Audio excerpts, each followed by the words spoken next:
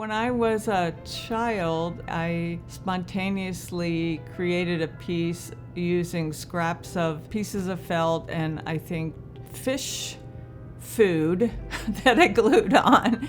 And that was the first piece of art I made. And I think in some ways you can say I'm still working with the same kind of materials, little scraps of things that I'm gluing together and making something out of all those different discarded things. My name is Suzanne Fisher, and I am a mixed media and mosaic artist.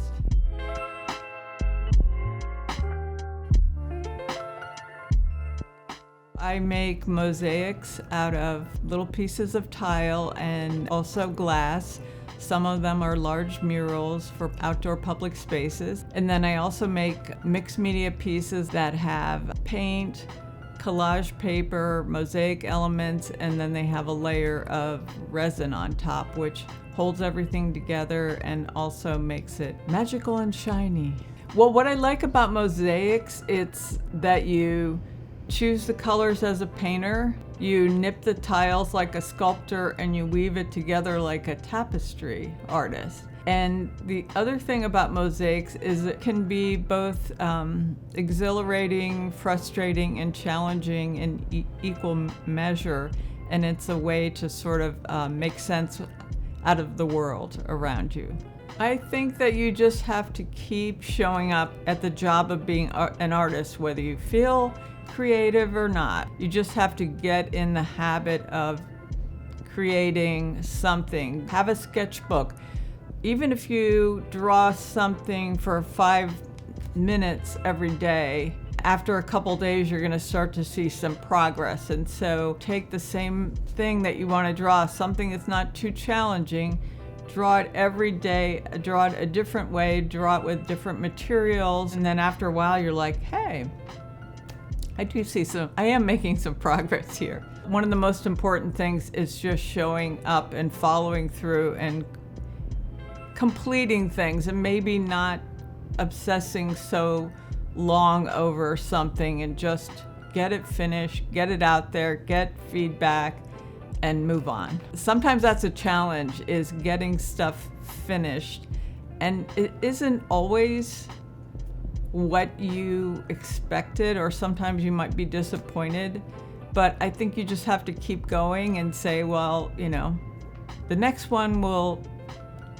be an improvement upon that one, the one I just did. And you're maybe focused on what's wrong with it and nobody else sees that. That's a lesson to learn. Sometimes it's better to just put that piece aside and work on something else. That's why it's really good to work on several things at the same time, I think, because otherwise you can spin your wheels for a long time on something and then it may not even be worth the effort in the long run. You've wasted time where you could have been working on something else that you would be more satisfied with. I find inspiration in other works from the history of art. I've done some mosaic reinterpretations of details of Gustav Klimt paintings, for example, and Picasso. I also like the natural world. Behind me is a painting that's based on one of the pools at Spring Grove Cemetery. And those pools remind me of the Monet water lily pools.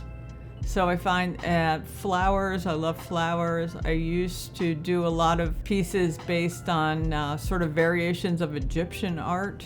So I think it's sort of everywhere, and it's good to get different feedback from other people with experience, and also to be in different groups or any kind of community art centers, or just community centers. If they offer some kind of art class or some kind of craft class, something outside of what you would learn at school, I think is great, because then you're in with different people with different experiences, whether they are the teacher or the other students in the class. I'm an artist, you can be too. Try this special project.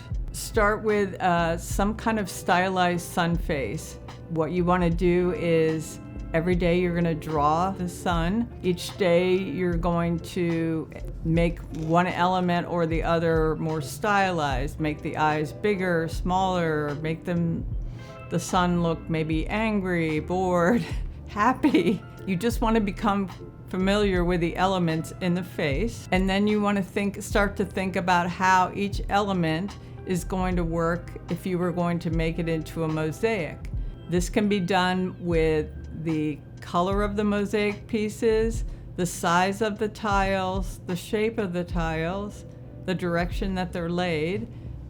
Really, with mosaic, there are a lot of different possibilities. So when you're ready to make a paper mosaic, what you will do is draw the outline of the sun, fill it in with a dark paint that would simulate grout, whether it's black or gray acrylic. Now what I use for my little pieces of paper is I take construction paper. You want to cut it in little pieces that suggest tile shards. So when you're ready, you've painted that background, then you start filling in the sections that suggest each element of the face. Leave a little space between each tile shard to suggest the grout. And then you just glue those on with a tacky glue or a white glue.